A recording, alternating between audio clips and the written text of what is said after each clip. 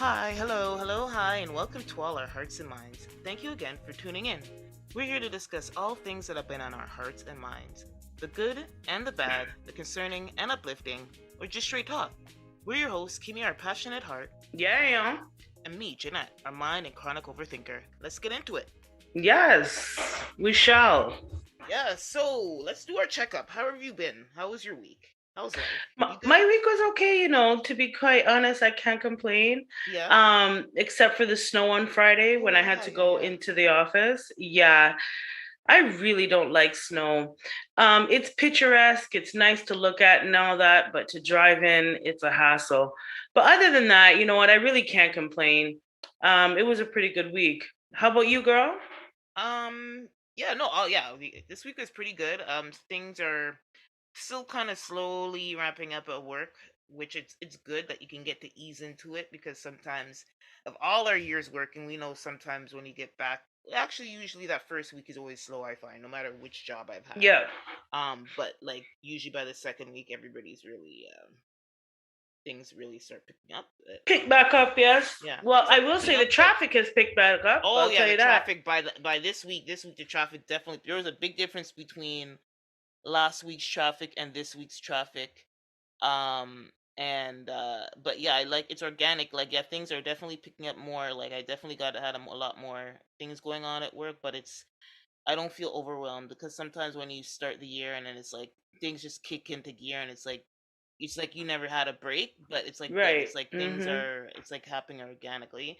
Other than that, things are good. Family's good. I would Mhm. say still Same here. Yep. optimistic. So yeah, that's good that we're all good and so far things are staying positive. Um, okay, so I was gonna start our headlines, and I'm gonna start with the bad news first. Get the bad news out of the way, and that is the news of Lisa Marie Presley passing away earlier this week. I believe it was Monday or Tuesday. Yeah. Mhm. Mhm. And it's very sad because obviously we always hear about speculation and she passed away at 54. Supposedly it was a cardiac arrest. They called the I heard the news. I saw the news online, and they said, "Oh, they called the ambulance to her house because she had a cardiac arrest." And they did say an update after they announced that was that, oh, they managed to resuscitate her. So I assumed, oh, there's a chance, like Yeah. but I think it depends how fast they were able to resuscitate her because a lot of Mhm. times, sometimes you lose oxygen to the brain, and so it's like even if they do manage to resuscitate you, you're probably technically potentially brain dead already and stuff like that. So we don't know the details, but unfortunately, she passed away at 54, and it's crazy because she was just at the Golden Globes to see the movie about her father. The lead actor won who played her father, Elvis, won for best actor for that movie. And she was in the red carpet and talking and seemed very proud and happy about how that movie portrayed her father. And also I think why it's kind of it's like crazy because like she's Mhm. not old. There's something about her though, she's always looked young. It's like to Yeah. know, like even when Youthful you face. very youthful, very youthful. She's actually, very beautiful. She actually looks a lot, she actually looks very much like Elvis, very good looking. Very much. um Jeez, like the girl version, man. the girl yeah, like dead stamp of her father, which is like, I guess maybe makes maybe even more eerie. But her father also died of a cardiac arrest, and also Mhm. Elvis's mother died of cardiac arrest. So Mhm. there was a Runs in the history, family. yeah, a history of like heart issues. Obviously, Elvis didn't help that Elvis was an alcoholic and took a lot of pills. Near his older age, around the time that he Yeah. passed. Although Elvis only died at 52. Sorry, 42. He only died. He was Yeah, 42. he was young. He He was was young young to because have such a, exit from yeah, this world. Like he was really young, he was but young. he didn't keep himself in good health. You know what I mean? Like Yeah, the type of foods that he was eating wasn't yeah. good for him. The And he looked, drugs, and the that's rock what and roll, the all of the above. right? Like just didn't agree well with him. It just It's unfortunate that Oh, she passes the same way, you know? right. And yeah, she said, okay. Oh, yeah. So I was looking on TMZ, and they said she had been in an induced a coma and on life support with a temporary pacemaker maker. So it looks like they tried everything, and maybe it was just too late. Very unfortunate because her son um committed suicide, I believe, I think last year or the year before, and she has her older daughter, and she has two smaller, younger kids Yeah. that she's leaving behind, unfortunately. So, prayers for their family and poor Priscilla, her mother. Her Right? mother has lost a grandson and her only daughter. That's the only child she had. Um, Right? This is the thing. So I feel poorly for the mom mm, because she's seen, like, you just don't want to outlive your kids. Do you know what I'm saying? You yeah. don't want to. Like, that's just doesn't seem like the natural order of life. But she's not only saw her child's father die, and now it's just a reminder of how he died to see her daughter die. Mm, But and you know what? Prayers up. yeah. Rest in peace, Lisa Marie Presley. You were greatly loved while you were here. Mm. You know. So yeah, wow, yeah, Okay, so we'll move on from that sad news. In other strange, I don't know if congratulations are in order, but yeah. Mm-hmm. Kanye West. Oh, yay. Um he's been they're reporting that they're saying it's not an allegation that Well, there's no marriage there's license no yet. marriage license. So there's a Yet. rumor that he married one of his employees from the Yeezy brand. Um and they said it was a secret ceremony, supposedly. Oh, so now they're saying there was actually a ceremony. While it doesn't appear that the marriage is technically legal, they have yet to file a marriage certificate, according to TMZ. So they had some type of private ceremony, and they did something.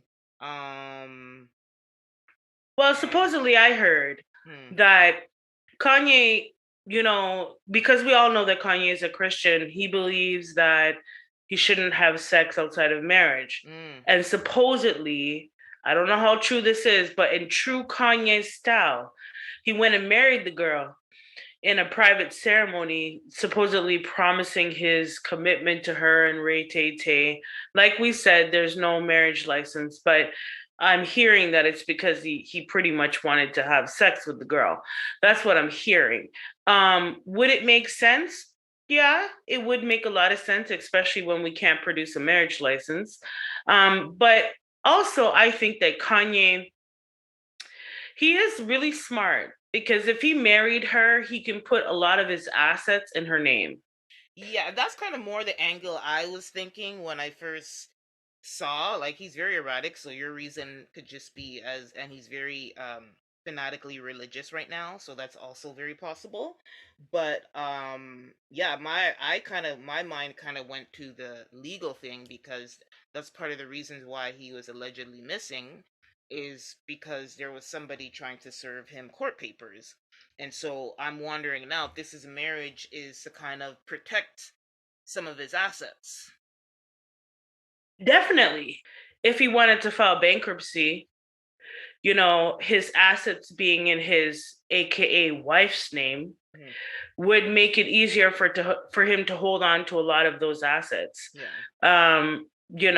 But honestly, I think Kanye, in true style of Kanye West, he is seeking for attention. Yeah, I He's know. been on a hiatus for a little while now. We haven't heard much from Kanye. And then all of a sudden, out of nowhere, when he comes back, it's like with a bang. Oh, I'm married. I have on a wedding ring. So supposedly, people were asking Kim Kardashian how she felt about this. Mhm. And she said that she doesn't have a comment about this and There's that no comment she's to make. busy doing stuff. Um, and I'm sorry, Miss Kardashian, but miss me with the bullshit. I could tell you're bothered. You're Yeah, bothered. no, because it is also a very passive aggressive thing on Kanye's part too, Oh, because definitely. his Because she looks exactly like her.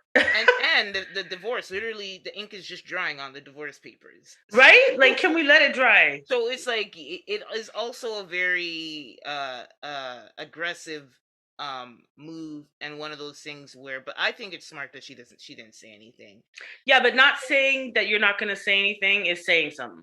Yeah, You but know? that's fine. It's better to do that, I think, in this situation. It's like I let him don't let's know. let him I don't know. go Like, on with his nonsense for a little bit longer. yeah, but I think her even saying boo Hmm. is like, okay, Kanye is like a child that's throwing a tantrum. Yes, exactly. If you totally ignore it, Yeah, literally step over the child as they're throwing the yeah. tantrum. That's exactly what I think she did with that comment. But I really, I don't know. I don't know. When I ignore a tantrum, you don't get no play. You don't get no words.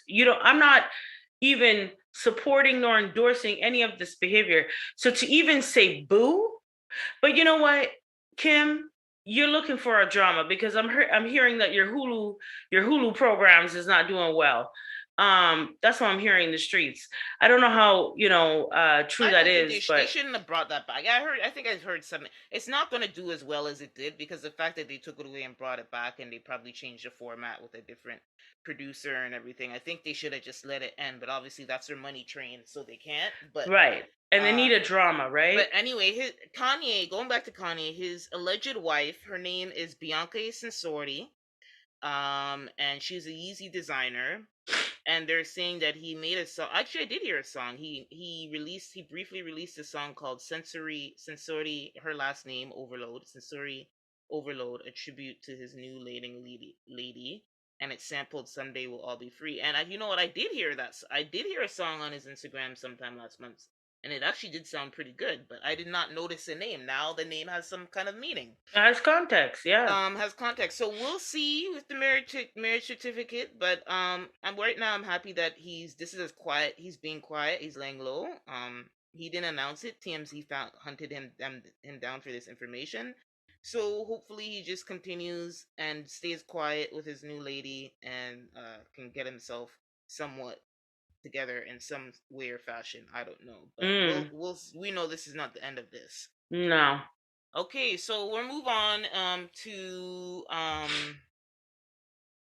Mariah. Last week we were talking about Nick Cannon and his Issues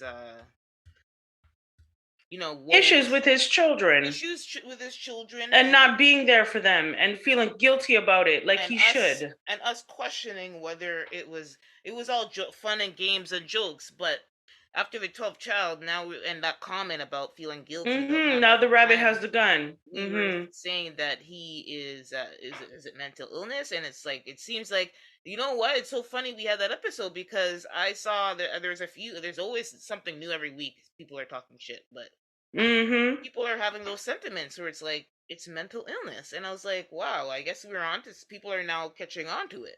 Yeah, definitely, because you can't you can't possibly do the same thing over and over again and then say you feel bad about it and Right. then have another baby. It just doesn't make any logical sense. And when things, I know a lot of the time as society, we try to, put people in boxes and stuff so that we can understand it better.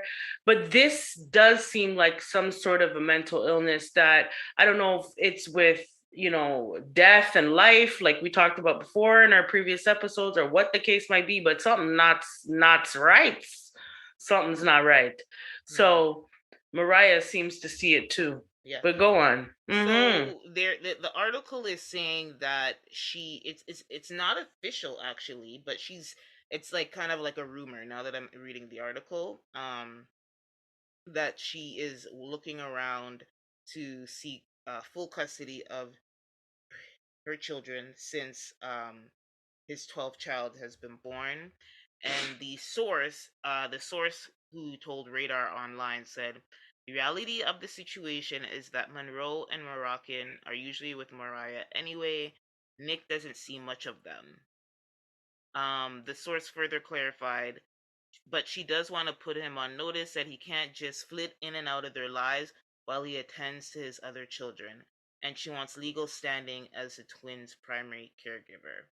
And I like, okay, so that clarified, and that's kind of what I was thinking. Like, I think she's more from a legal and guardian type of thing. She wants a primary caregiver title, as well as have more control. Like, he can't just come and like have more control. Like, even if he does see the kids, there's more control there and a schedule that's gonna have to be made if she has full custody. Like, she has more control on that, and he can't just show up, or she doesn't have to give them the kids to him every 2 weeks or whatever their current arrangement is. Well, it seems like I feel like Mariah is doing this for a variety of reasons. Yeah.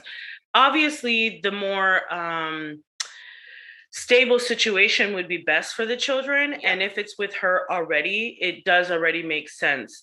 Mm-hmm. With her being, that's her ex-husband and the kids of the father of these two children, he does have a say, legally as to what goes on with them and where they live and what school they go to and what programs they join. And him not really taking an interest in his two oldest anymore because he has a trailer load of children that are all under the age of 5. Yeah. Right? His attention to make those decisions is not there. And Mariah is doing, in my view, legally, she's doing the right thing. If she wants to put her children into a private school, which let's say they weren't going to a private school already, Yeah. but if she wanted to do that, or even to change private schools, she'd have to consult with him and he'd have to be a part of the process. Well, her having full custody, she could do what the hell she wants with her two children and doesn't have to be in contact with him or even pass the idea by him. She can make the choice on her own. And since he's off building a harem with all these children who are going to be fatherless, I agree with Mariah. I agree with her. Yeah. And you know what? I think I was talking to you about this, and I really think that Mariah set this up for the public to see why she had to make this decision and that this is the best decision for her. I found it very strange. Mariah seems to be a very quiet person. She's not really in the media like that, at least by her own accord. And so for her to put her business out in the street, it hit different for me. I felt like she was kind of setting the stage so that when the time comes, because it is coming, where she's going to get full custody of these children, I don't think she'll have a problem. No. Whether it be within a legal realm or within the streets, I don't think anybody's going to wrong her. No. Nick, let this be, a call to action. Let this be a call to action. Your first baby mother, your first set of children, and she's trying to take whatever say that you have as a father away from you. Let this be a call to action. Please and thanks. Jeez, son. Okay. So we'll see. That's not official yet, but it's coming. I think it's coming. Okay, so and then finally in our headlines, I wanted to talk about the Golden Globes and the Golden Globe Awards. Before 2 years ago, I would say my top 3 awards that I pay attention to. Maybe if I don't watch them live, that I do want to pay attention. Like, I might look in the news to see what happens. Is the Oscars, the Grammys, and the Golden Globes. I'm trying to fit the BET Awards in there, but their nomination system is still messed up.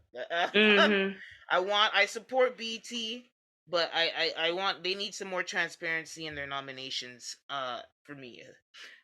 So the issue with the Golden Globes, after the whole George Floyd thing, everything got turned upside down. Every institution was scrutinized, and with good reason, because it was just, I don't know. I don't even know what to call. I think in 10 or not even 10 years, in 20 years, it'll be interesting to see how the history books represent what happened leading up to and after the death of George Floyd. It was an interesting change of events. Things are changing. Yeah. And it Big was just, time. yeah, big time. So it'll be interesting to see how history books um represent that. But anyway, so the thing though is that Golden Globes, yes, Golden Globes, there was a black takeover. That's what I'm Definitely. calling it, the black takeover. Yup. The host was a black gay comedian. Um, Lots of black and people of color won the major awards. Um, but I think that's good, but of course, with that, there was a lot of backlash, and you can imagine why. Because pretty much it's being accused of being um it's being accused of being like the woke awards, and all of that. And so You're I damn right they woke up. The damn right and they I say, woke you know up. what? Who cares? Because in 1 or 2 years, it's going to go back to the same bullshit. That's what I'm Yeah, and calling let it. us get our little 1-2 awards in the couple of years that we have. Let the black take over for a little while, okay? And y'all could go back to what the hell you've been doing before. But I feel like they are woke. They want the views. They want Yeah. people to tune in. And they realized, and you know what? Honestly, I think the entertainment industry already knows this. Yeah. And I'm gonna put a big old dirty umbrella right here now. But I feel like they know this. It's just we needed to tap into that power. We as black people need to tap into that power. And George Floyd was the catalyst to that, to be quite honest. But they know that we control the entertainment industry, period. I don't care what you want to tell me. We influence it. I don't think we We control it, are the influence. but Black people are influencers. the influence. Yes. If we put on something, we make it cool. We make it buyable. We make it, something that everybody wants to look towards. So miss me with the bull. At the end of the day, they know. They know, but now we know, and we're tapping into our power. And so it was definitely the black takeover, and I'm here for it. I'm here for it because it was nice to see um black people and their excellence being recognized. Okay, so there's a few call outs I have. Outside of the winners, so the host, Gerard Carmichael, who I know him as a comedian. I was never a big fan of his style.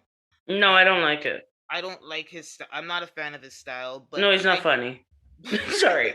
He's not funny. But he did his opening monologue, which was about just under 7 minutes, was very, very, very hitting and sniping, and I knew it had to be approved for him to use it. But essentially, he opens up with he doesn't he says, "I'm here because I'm black," and then he talks Period. about he talks about kind of what happened and how the lady who's the head of the Hollywood Foreign Press, who is the people responsible for this award, the Golden Globe Awards, um wanted to talk to him and kind of tell him what they've done to change, and they now have 6 black people on the board where previously they had none, um and um and stuff like that. And essentially, I don't getting into get into the jokes. You people watch it, even though I don't think he's that funny. I actually think it was a brilliant monologue. So, listeners, I would invite you to watch it. Mm-hmm. And his style is, I would call it like a cringe. His style of comedy is to make you feel uncomfortable. Yeah. So, and they've had many hosts that are worse wor- jabbing at the people in the audience and stuff like that. Mm-hmm. So I don't think him being blatantly blank and straight to the point and what the situation is was cringy, because as far as I'm concerned, they've had many cringy hosts. So he's not any new. Like Ricky But you know Gervais. what though? I will say one thing though to that point that you're just making there is that after the Will Smith and Chris Rock box down, Mm-hmm. I would have thought he would have reined it in a little bit, because you're calling out Riri and her man ASAP is sitting right there. No, she So didn't call. I thought that was cute. I thought it was cute, that but was a one I cute also thing thought that he did. the whole I also thought the G.I. Jane comment was cute too. And I never thought that was cute. no, what I thought was cute was that I thought at the time that what he was trying to do was bigger up. Oh, Because if you remember the movie G.I. Jane, she was a tough ass chick. Yeah. Okay. So I thought that he was, being comical and Chris doing a Rock pun on words. Chris Rock's style of comedy is not subtle and delicate. So I do, although I do think another comedian could probably deliver that joke, the way he did it was very like, ugh. I don't know. I didn't. Hey, Will Smith was laughing too. Mm. So, even Jada had a cracked smile. So I don't know. But I'm saying, regardless of that, more comedians would have been a little bit more cautious Yeah, on picking on the crowd. I But don't. he I didn't think. seem to care. He didn't seem to care in his Yeah, I comedy. don't know. I think he had two good, I would say three good things I'd call out for him as a host, and what he did is the his monologue I thought was very brilliant, because it's essentially what he's saying is that, yeah, I'm here and you guys are doing your FaceTime or whatever, but we know what it is. You know what I'm saying? We know what it is. We're not going to erase 50 years or whatever amount of years of exclusion with this 1 year of whatever you guys are trying to do right now. So Of we're course not. watching They it. want the ratings. They want the money. We They know want to be what's on good. TV. And the thing is, outside of the, I don't really think they were like, I don't know what they were really canceled for, but another thing, they're focusing on the racism thing. But Mm-hmm. I'm thinking that they were more canceled because everybody figured out that it was like payola. Like everybody, all the people, it's not like a legit award. It's like it's very secretive about how the people win. There's a lot of bribing and behind backdoors things going on for the people that end up winning. So it's kind of to me like a shady. I was more pissed about the shady thing. I expected racism and exclusion, but the Mm-hmm. the backdoor, how the non-transparency and the backdoor things they're doing to make people win, is like it took away their credibility. And then that thing he said to Rihanna, I thought was cute. And then the joke that he had about Scientology just before some Top Gun people came on, I was like, yikes. Mm-mm. So yeah, those were the Golden Globe Awards, and then so that's the black people who won. Let's shout them out real quick, real quick. Mm-hmm. Angela Bassett won Best Yes. Actress Finally. for Black Panther 2, and she had a very beautiful speech dedicated to her cast and her actually it's best supporting actress, correction. Um, and for Chadwick Boseman, which is very beautiful, and she looked very beautiful as usual. Mm-hmm. She's aging very, very, very gracefully. Then there was Quinta Brunson, so her show Abbott Elementary, which is so funny, so brilliant. I haven't watched the second season yet, but it's an amazing show. Very feel good show. So I think they won for best comedy show, and they won for her for best actress, and then the male. So yeah, best comedy show for Abbott Elementary, then they got best performance for a supporting actress, um, or supporting actor, which is a guy who plays Gregory, Tyler James Smith. Coincidentally, he's a boy, the kid who played Everybody Hates Chris. So that's Yes, I him. remember. So Yes. and those were the big ones. But anyway, pretty good show. Happy with the winners, and that was the Golden And Globes. everybody looked lovely. Oh, I know. So here's what I wanted to call back up before we take a break for our next segment. Um, Shirley Mm-mm. Ralph. Mm-hmm. So our auntie Miss Shirley Yes. Ralph, another Yes. actress on Abbott Elementary. Don't Uh, worry, everybody. She never sing this time. she did. Mm-hmm. She didn't sing this time, but they must have asked her on. They asked her on the red carpet. What would she say to her 15-year old? What would she say 15-year-old self. for her 15-year-old self? And she gave a very passionate response that turned viral very Mhm. quickly. And something okay, let me see what she says before I kind of Mhm. I was trying to just play the audio, but Mhm. I couldn't find it here. So essentially she says there's nothing wrong with your okay, here it is. There's nothing wrong with your nose. There's nothing wrong with the shade of your skin. There's nothing wrong with the way your hair grows out of your head. And there is Mhm. certainly nothing wrong with your lips because there will be some people called the Kardashians and they will pay $10,000 for your lips. I'm quoting it with my very bad impression of her. She did it very dramatically. She's a trained Mhm. actress. Y'all go watch, look for it. It's a very interesting clip. And what I think, and I didn't think there was anything wrong with that. It seemed very like, I think it was fine, but it was kind of weird. Um, of course, like, I don't want to say it, but I'm gonna say it. The Kardashian followers, which are mostly, not all the Kardashian followers are white, so I'm gonna just call them Kardashian Yep. followers. I don't know what they call. I don't white adjacent. I don't know what to call them, but they're the one. They're up. Their panties were in a twist. Like, why did she need? Yeah, Why yeah. did you need to call it the Kardashian? I mean, I feel like that's obvious. Like, I feel like the Kardashians, it's safe. I don't think. I think they felt like she was insulting or why are you calling out their name or da. I mean, if it was a certain, it was anybody but the Kardashians, maybe I would get it. But it's like that's their brand. Yeah, Well, you know that's like what? literally their brand. To be quite honest, okay, what I want to say quickly about this is first of all, that's that real Jamaican that came out of that woman right there. That's what happened. Mm-hmm. This woman is of Jamaican descent. Okay. And as much a coonery as we saw when she won her award, Mm-hmm. the real Jamaican root came out of her in that statement because I've heard my mama tell me the same thing. Maybe not necessarily Kardashian, Mm-hmm. but that your beauty is desired Mm-hmm. and that people will pay handsomely for what you got naturally. That was her point. Now, did she have to call up the Kardashians? Yeah, damn right she did because in our society for some particular reason, Kim Kardashian and her family are supposed to be the standard of beauty. Mm. I don't know when this Yeah. happened. Yeah. I don't know Sure. when they took this title over, Yeah. but for some particular reason they did. They did. And so if they are considered the standard of beauty, which they're not, then yes, she has to call them out. Yes, she has to say that.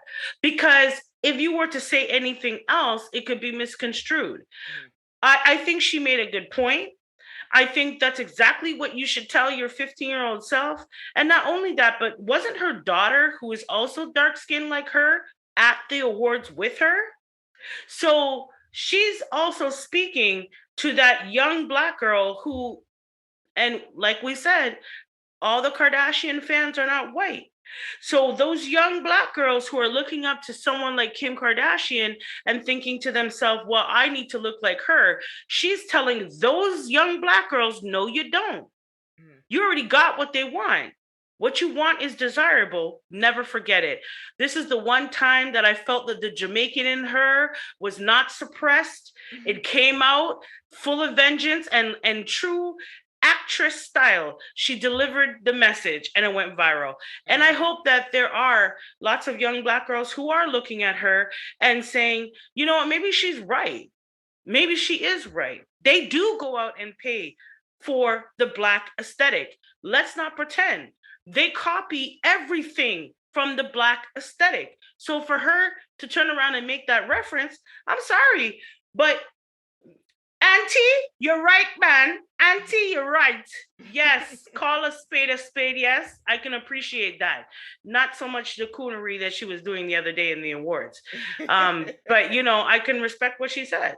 And And if you whoever guys doesn't like it, well, take that up with the Kardashians. pick it up with the Kardashians, man. And if you guys don't remember, we're talking about when Cheryl Lee Ralph won her supporting actress for the Emmy Awards. I think it was the Emmy Awards, and she won, and she came on and she sang a song, and it was glorified. And again, that was another viral moment for her. But there was something about it that rubbed Kim and I the wrong way. It Yes. just felt.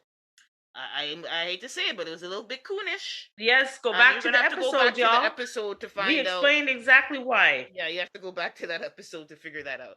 And she is of Jamaican descent. Mhm. And the one thing I know about Jamaican people in general is they never lose that. They never lose that. I don't care what setting they're in. I don't care if they go on to be someone like her. Okay. They never lose that. You know what I'm saying? So I feel like it stepped out a little bit and people got upset. And what she means keeping it real. We're She gonna tell kept it you real. straight. Okay, straight from yard. She kept it real. She put it nice and delicately for everybody to understand. But at the end of the day, she's right. Sorry. Kim Kardashian, she follows the model of a black woman. So is she wrong? I don't think so. I don't think Yeah. she's wrong. I don't Okay. know. But So, anyway. yeah, just wanted to share with that. That was kind of fun little review of the Golden Globes. So we're gonna pause here and then get ready for our next segment. Okay, so now it's on to our next segment, which is Lot of Mercy.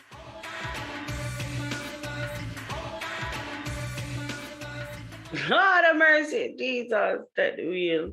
And so in this segment, we just talk about wild news where it's just crazy. We feel like there needs to be a divine intervention, like, makes you just say, Lord, take the wheel, take control of the Mm-hmm. situation. And so this week, we wanted to touch on the situation going on in the medical community across North America. And so there's two big things that we wanted to touch on. There is the nurses strike in New York, which I think from my latest update recently was resolved, but there was over 7,000 nurses that went on strike in New York City. Mm-hmm. And then here in Canada, in our East Coast, in Nova Scotia, there was, within 1 week, there was two deaths in the emergency rooms of Nova Scotia hospitals that made our national news. And, that's just the indication of all the um, hospitals in our nation, even in our own province here in Ontario, of the uh, hospital or medical, um, mostly hospitals, I'd say actually, the hospitals just being under a lot of duress and Mm-hmm. crisis. I'm not sure, like maybe you could shed some light from your context since your mom is a nurse, but as an outsider, I really don't get what the problem is. But I Right. will start with the NY nurses in the New York nurses situation. Mm-hmm. And so, right. You're gonna go ahead, or Yeah, yeah, you? yeah, yeah. Okay. So it ended after 3 days, but it was big Mm-hmm. news that we even here in Canada were like, whoa, that's like 7,000. Like we know That's a North, lot. that's a lot. Well, we know New York City is massive, but that's a crazy number regardless. And so they said that they walked out, and the dispute was over pay and chronic understaffing. I think, like you said, like the patient care was suffering because Mm-hmm. nurses have too many patients and not enough staff. Mm-hmm. Um, and so they're saying each of these hospitals, there's two main hospitals in New York. I think they said one is the uh, Mount Montefiore, Sinai, which Monte, is the main campus yeah, in Mount East Sinai Harlem Hospital, and then the Montefiore Medical Center. in the And these Bronx. each of Yeah. these are the biggest hospitals they have. They're over 1,000 beds in these hospitals. Like, damn. Right. Right. So yeah, so like you said, they're trying to win for patient care, and so a representative of the union for these nurses said, through our unity and by putting it all on the line, we want enforceable, safe staffing ratios at both Mm-hmm. Montefiore and Mount Sinai, where nurses were on strike for patient care. Today, we can return to work with our heads held high, knowing that our victory means that safer care for our patients and Yeah. more sustainable jobs for our profession.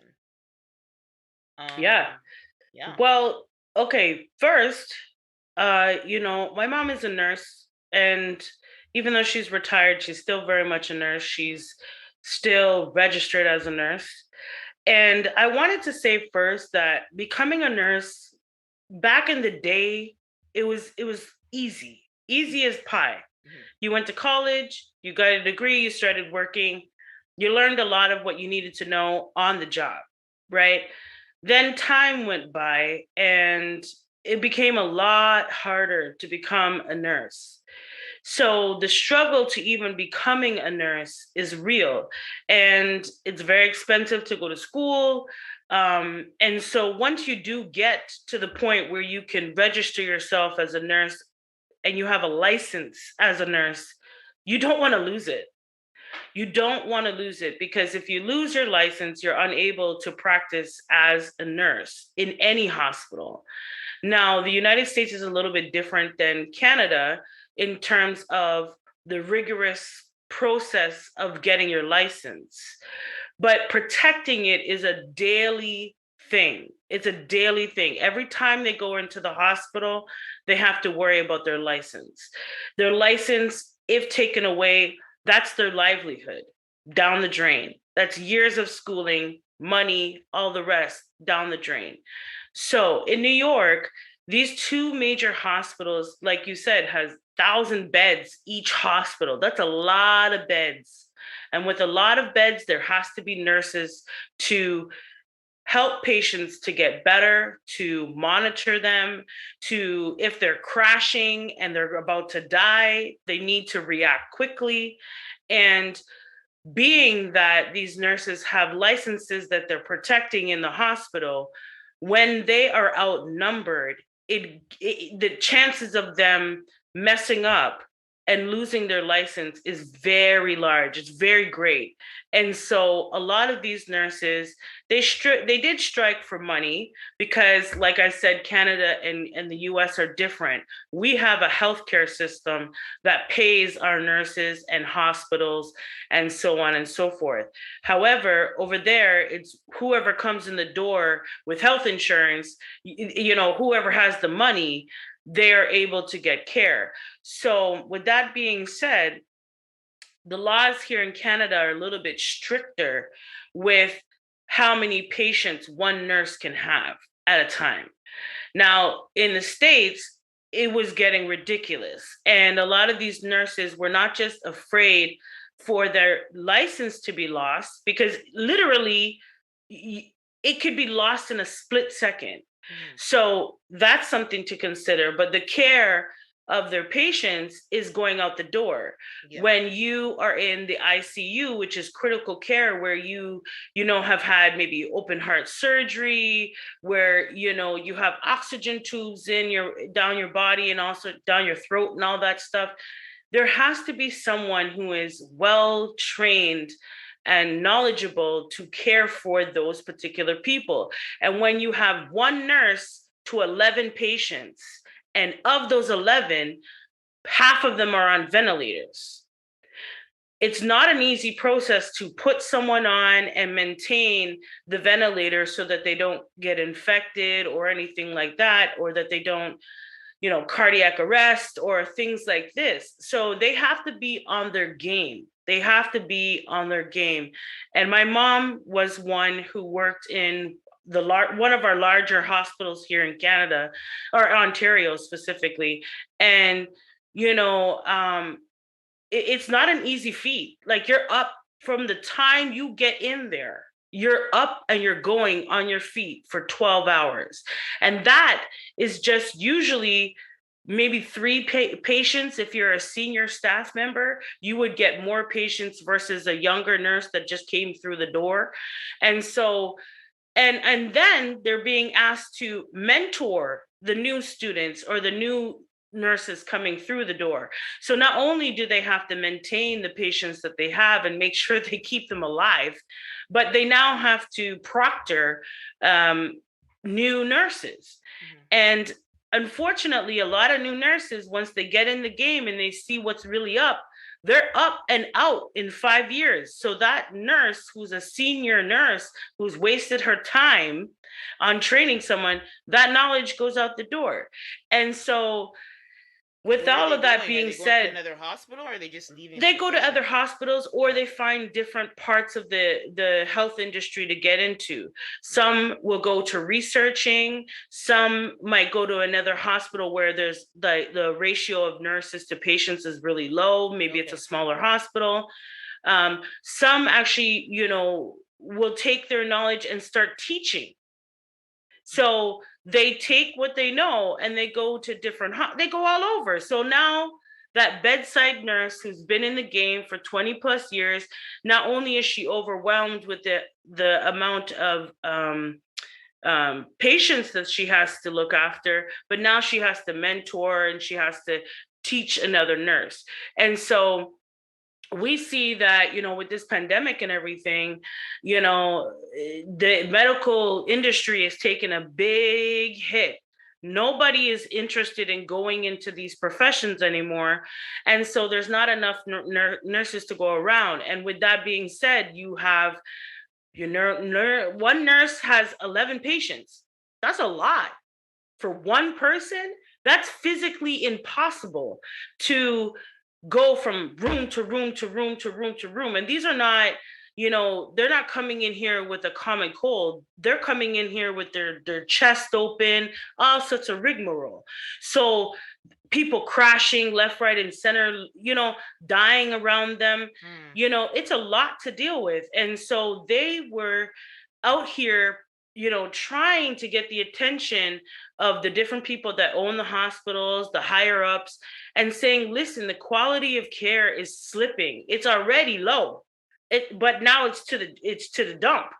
And our licenses are on the line. And a lot of things a nurse can be thrown on the bus for a lot of stuff, right? Even from the doctor, because the doctor doesn't want the malpractice on his record and his insurance being tapped into.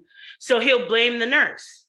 So there's a lot to it. And so these nurses are overworked, they're underpaid, they're worried about the care that they're giving to different patients.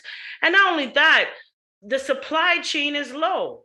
So a lot of these hospitals don't have the things that are necessary for nurses to do their job well. So with all of these things wrapped up in one, and then not being paid for what you're doing, nah, they had to strike. So 7,000 nurses, that's a lot of bloody nurses, to the point where they had to call in physicians to come and take on the place of RNs. They had to cancel different surgeries so that they could go into the hospital by the bedside like the rest of the nurses in the hospital. So that's how bad 7,000 nurses just up and leaving. Yeah. They literally walked off the job. Yep, but I've never seen anything like that. That's wild. So with that, it is wild. That's a lot of resources, right? So within 3 days, they made sure that they came to an agreement for those major quick, fast, and in a hurry. Mm-hmm. Yeah. So hopefully we'll see what's gonna happen, but we know the medical industries since COVID has been in it's been messy.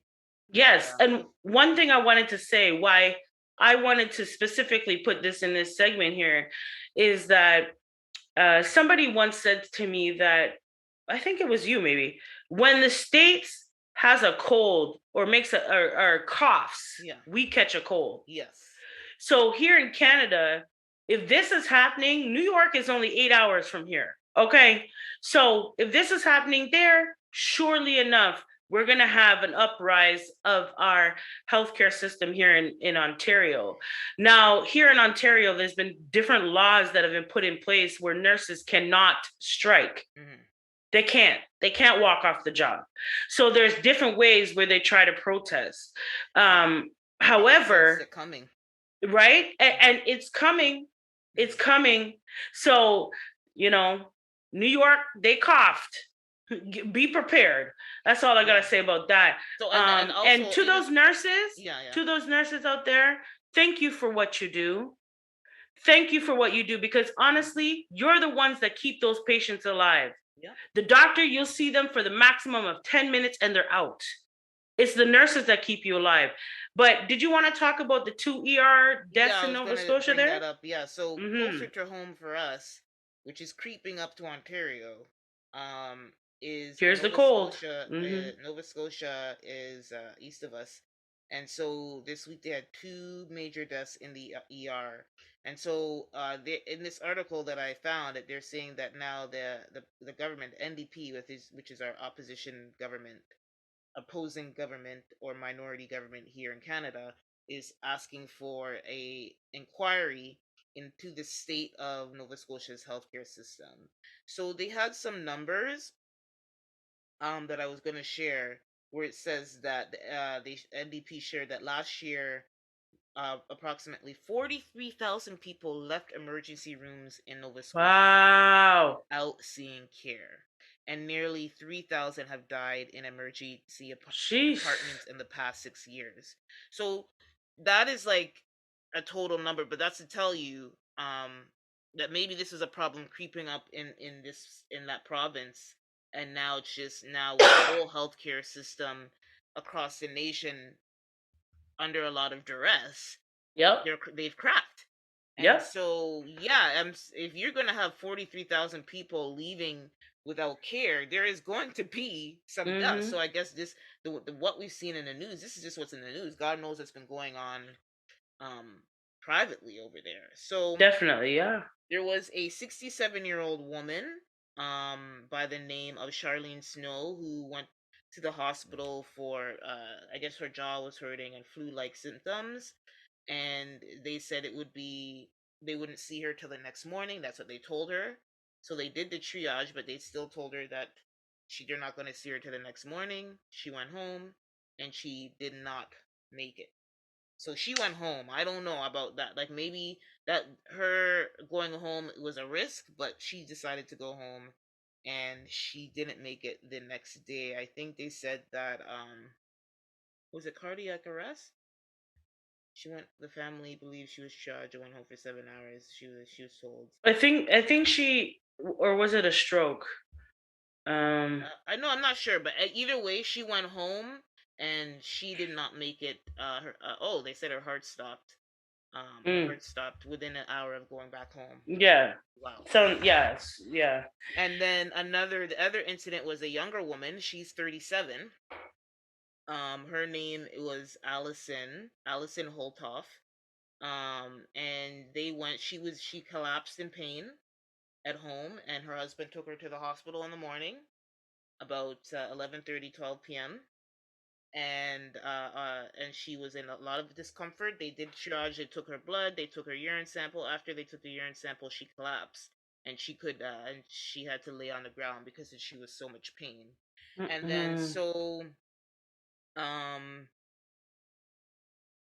they kept her there. By the time they got her a bed, she was like literally screaming in pain, like saying she's gonna die, da da da da da.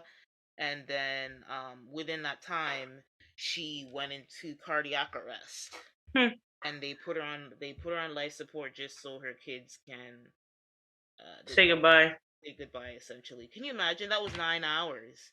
Wow. There 9 hours before she was put in a bed, and she ended up dying.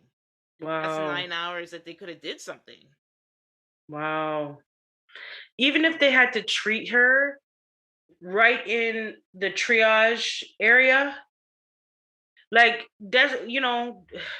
desperate times calls for desperate measures. I Obviously, guess they yeah, you didn't. would prefer her be in a bed, Mm, but do you prefer that she die in the triage? Like, really? Like, you know what I mean? yeah, it's So wild. It's it wild. is wild. And it, like, talking about the NY nurses, well, the States, they coughed and now we have a cold. It's happening over here and it's been happening. And when my mom decided a year ago to retire, I was so happy because I saw what was going on and that eventually something was going to give. And Mm, unfortunately, here in Canada, our government does not care for our healthcare workers the way that he should. He should be paying them properly, along with all our other, public sector workers out here who are keeping our city going. they're the ones that keep our city going. Yep. I'm so sorry to hear that that happened to her. Yeah. To know that they did what most people would do, they would go to the hospital. Exactly. It's sad because the husband actually did, and I think that's why it's getting a lot of attention.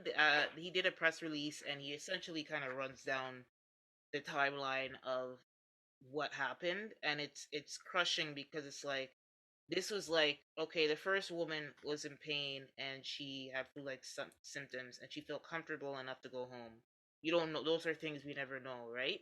Or maybe But she knew she was going to die and she wanted to die in her house. I don't pick it. No, I think she just felt it was nothing, and she went home knowing that they weren't going to see her for many hours. And yeah, I don't know all these heart issues. I don't know a lot of conspiracy theories coming out, but I don't want to. I'm not going to say it on this show.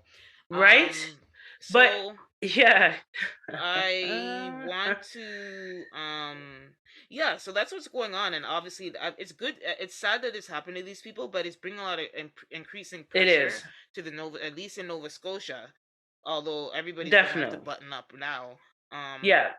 We to can't leave out scrutinize our the people to system. the east, Yeah, to man, scrutinize because the system. Yeah, and I think also they do mention in an article is it is Nova Scotia doesn't have a lot of population, and a lot of people that live in Nova Scotia, they probably have a lot of brain drain. Like people get educated in Ontario or go to bigger provinces, and so the talent. Yes, they probably have people who are educated and stuff, but they go to bigger cities. So that's they need right. to make sure their pay is equitable as a larger city too to keep people there.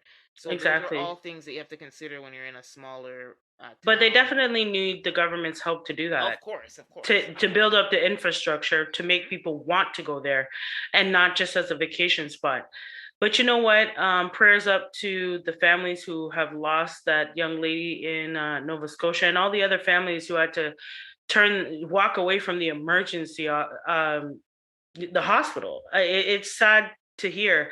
But that also, make sure we take care of ourselves. Hmm. You know what I'm saying? Like that's also showing us something as, people in our society, is that we have to take care of ourselves. And so we want to move on though, because this is hot, this is heavy, it's heavy. We need to change up the vibe. And so we are gonna go into the workout.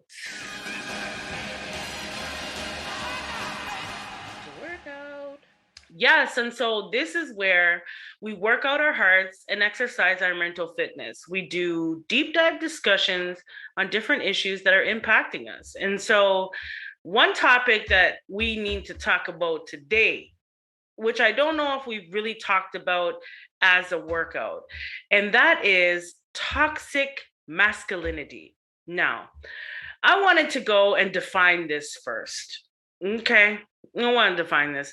According to the Oxford Dictionary, toxic masculinity is a set of attitudes and ways of behaving stereotypically associated with or expected of a man, regarded as having a negative impact on men and on society as a whole. Keep that definition in mind, everyone. So, now, when we talk about masculinity in general, you know, I believe, we all have femininity and masculinity in us. Hmm. It's just what we tap into. And so a lot of men we've been seeing in the last, I don't know that, I don't know when this phenomena, I don't know when this all started to happen, but in social media and in general, we see toxic masculinity a lot. And now it's almost like it's being praised. And so we need to talk about it and talk about certain people who we feel kind of represent that toxic masculinity. And one of those people, which, this guy is supposed to be famous. I don't know what for. I don't really follow him like that. I haven't really paid much attention to him, but Andrew Tate. Yep. Andrew Tate. So, as of recently, Andrew Tate was arrested. He was supposedly charged with Human trafficking. Yes, sex trafficking and so on and so on. Human trafficking, sorry.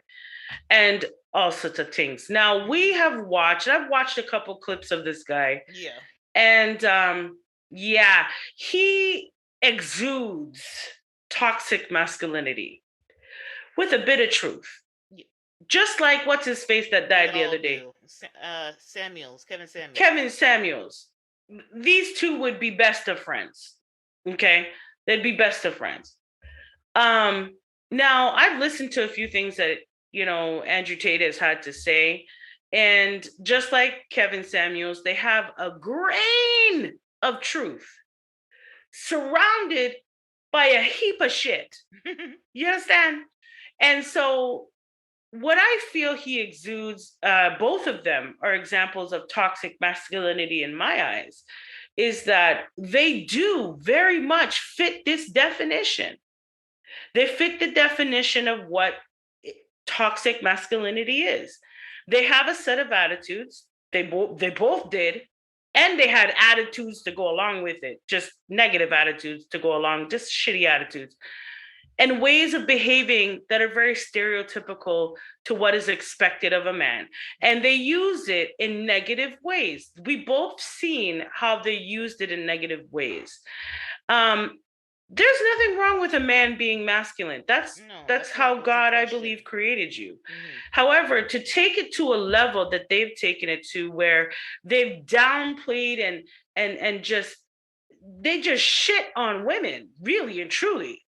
I don't know if they've been hurt in the past. I don't know what's been popping. We saw what happened with Kevin Samuels, how he's really living his life.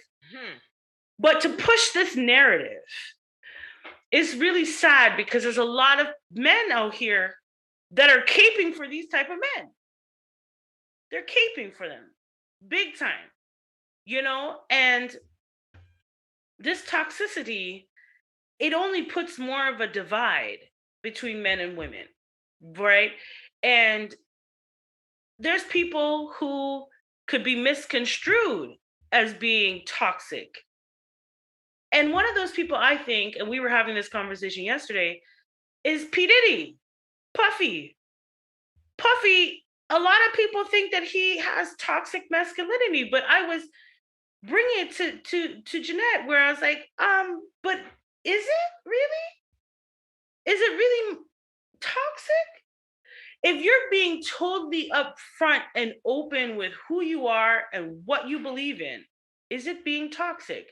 That could be said with both these men. So this is where we have this conversation. Let's open up the floor and have this conversation, because some of the things that I see that P. Diddy is doing, like he has a whole slew of women.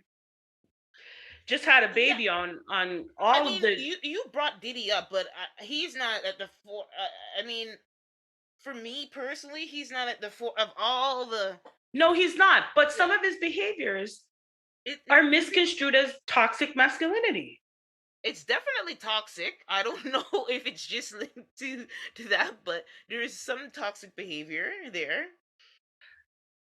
This is where this is where the conversation, why I pulled Diddy in, because some people really bash him.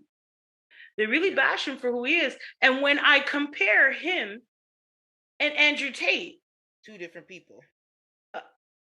So, right? So, and then when I look at him and Kevin Samuels, I don't see how people are even putting him on that level. Yeah. You know what I'm saying? I mean, no, yeah, exactly. So, yeah, I get what you're saying. So, in what we're talking about and comparing those two men, I think we just can't do that, because I consider those Kevin Samuels and Andrew Tate are grifters. So, some context. I will give some context here, because I'm like the whole Andrew Tate phenomenon. I've kind of seen it from the grassroots until where it has escalated to now, and I would recommend people who really want to get, why is everybody talking about Andrew Tate?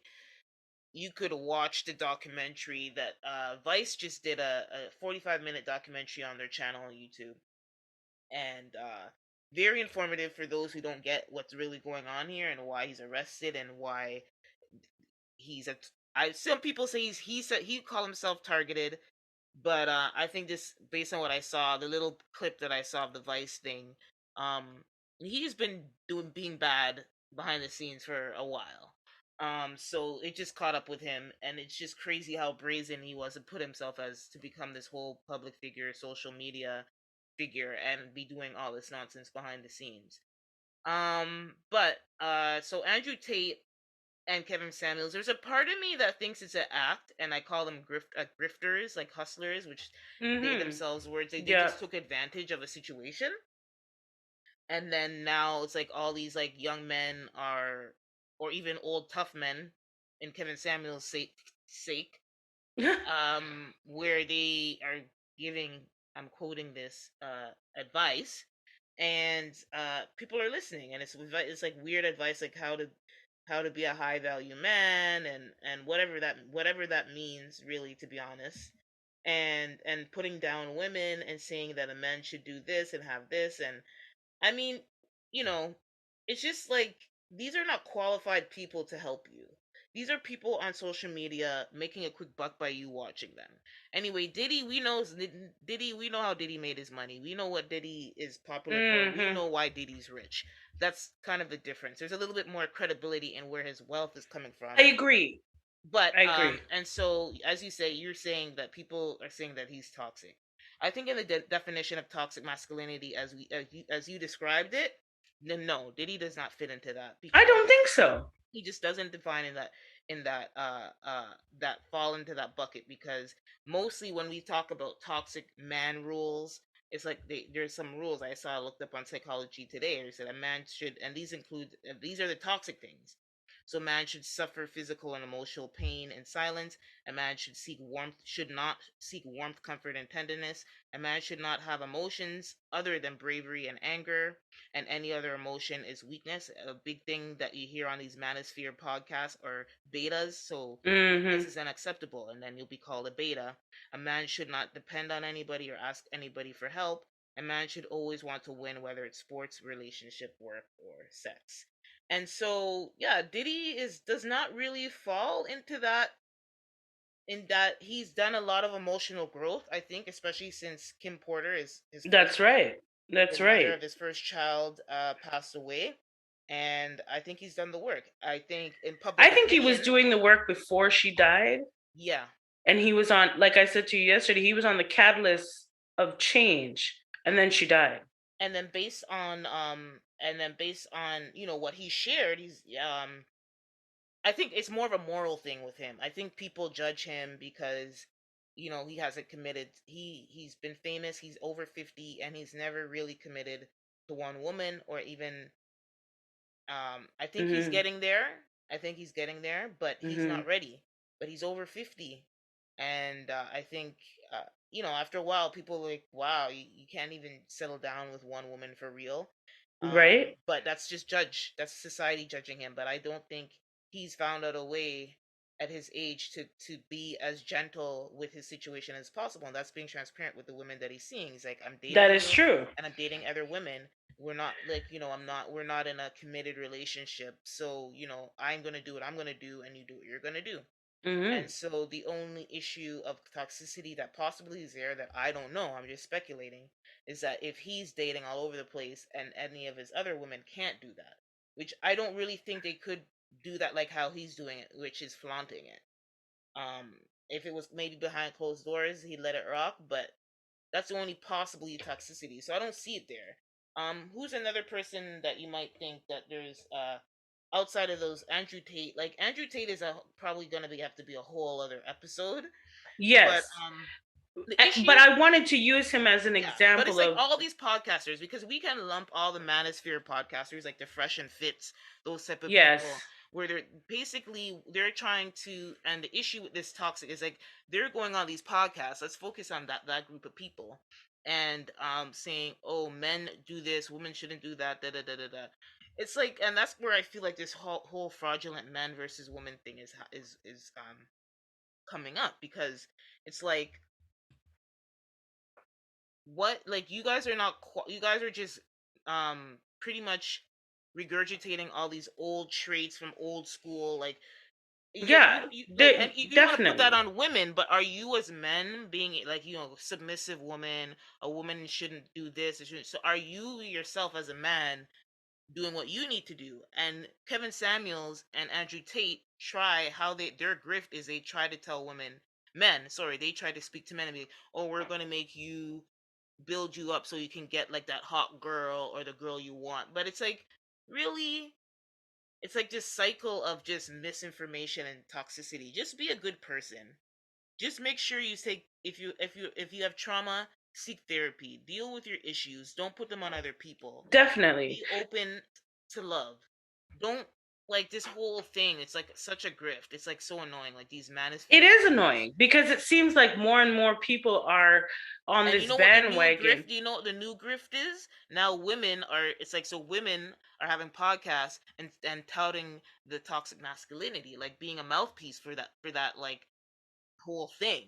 So there is this new podcast called Just Pearly. I think she, and so it's like anti-feminism, and then they're like, oh, you guys, like talking about like toxic femininity. So there's like a whole toxic femininity thing coming up where like they want to defend men, and but it just, and I don't So like, it's like they're siding. It's it's like like they're they're siding, but it comes off as a pick me. And I get certain things, like, you're always, when you're having an argument, you're always going to be able to pull a valid point out of your ass. But as a whole framework, what are you really about? Like, it just, and as a they come framework across we as can pick see what me's. they're about, and it's really not what you think it's for. It's about the dollar. Ugh. Period. Exactly. And Because that brings us toxic back to everything. masculinity Yeah. sells. Hey, here we go. Here we It go. sells. You just hit the nail on the head. It sells, and this is why we have the pick-me's of the world, the women out here who want to join on this bandwagon and find some sort of loophole to make some sort of money off of this. And we're talking about somebody who, like Kevin Samuels, he didn't own his own home. Mm. He didn't, you understand? What he was a farce, and he found a way to tap into a market that obviously needed a leader. They needed a spokesperson, and he was one of them. He was the spokesperson, and now we have Andrew Tates of the world. And so overall, I guess my opinion of toxic masculinity is that it exists. It is very much out here. It is not something that just came about. It's been passed down from generation to generation. And now it has a mouthpiece. Now it has a microphone in front of it. And we're hearing it more and more and more. And our listeners, what I want to say is, if you can identify that toxic masculinity, run the other way, because it's never done good. It's never done good. Look at these two people, the examples that we're using as Andrew Tate and Kevin Samuels. They, I think, are, definitely the spokespersons for this toxic masculinity, and it hasn't gotten them, other than monetary value, it hasn't really gotten them the popular opinion. Nobody other than the other men out here who think like that are really getting any play. And so, with that being said, we want to wrap this up because time is but we're going to wrap this up and say that you don't have to agree with what everybody else says. You don't. If that's how he chooses to live his life, if he wants to be toxic, cool. You just have to say to yourself, that's not what I want for myself. That's not what I want to be a part of. I don't support and endorse that, and keep it pushing. Because there's going to be lots of Andrew Tates in the world. And believe it or not, there's more of them out there than you think. It's just they haven't had a voice. And now they have a voice. So, and they're talking pretty loud.